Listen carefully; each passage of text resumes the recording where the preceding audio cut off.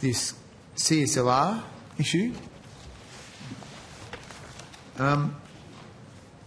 So, how many former Treasury officials do you think were investors with Dixon Advisory? So, Senator, I understand there was 3 previous Treasury officers that did declare a conflict of interest. But I'll just check with Ms. Hong. That's right, Senator. So on record, we know that 3 staff members in the department has declared a possible conflict of interest in relation to Dixon Advisory.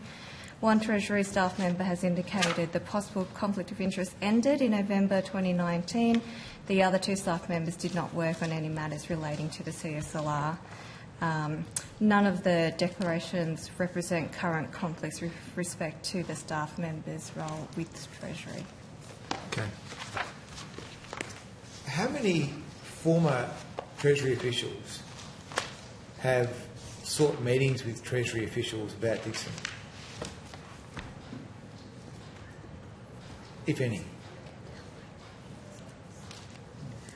Sorry, can you repeat the question, Senator? I didn't fully understand. So it wasn't a trick question. How many former Treasury officials have sought meetings with Treasury about the Dixon matter? Is that in a personal capacity or any capacity? Any capacity. I'm trying to get to the bottom of this. I'm not aware of any Treasury officials that have sought meeting on this. None. But there will have to be.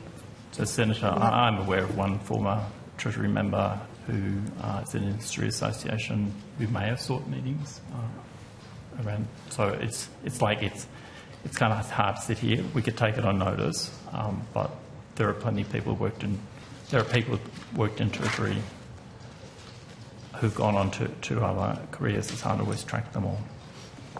Okay. So maybe I should just ask you the direct question. Do you think there's been any undue influence on the department by people who have lost money in the Dixon fiasco? No, Senator. Okay. How much of the CSLR is going to be appropriated, to use that expression loosely, for the Dixon saga? Senator, I can say that the majority of the compensation to be paid out under the CSR due to complaints against Dixon Advisory will be paid by the one-off levy of $241 million levied on the 10 largest banks and insurers.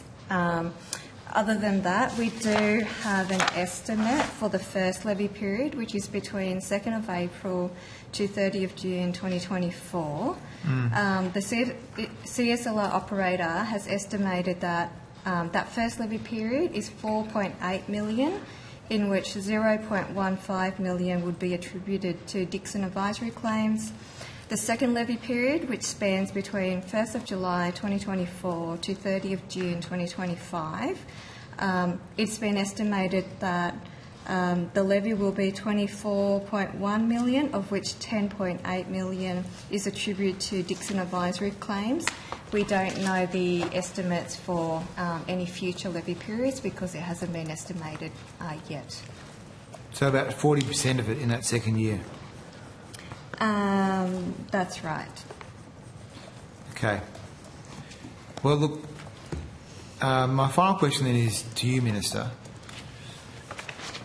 Given that Asic has not been able to even pursue the fine of $7 million with Dixon, does the government think this is a good resolution, that ultimately this entity, which has an ongoing function in some way, is now being tidied up by other people in this industry where the regulator hasn't pursued all the options?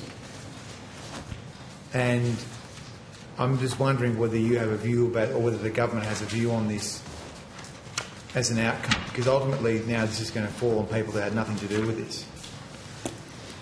Well, the compensation scheme of last resort was a recommendation of the Hayden Royal Commission.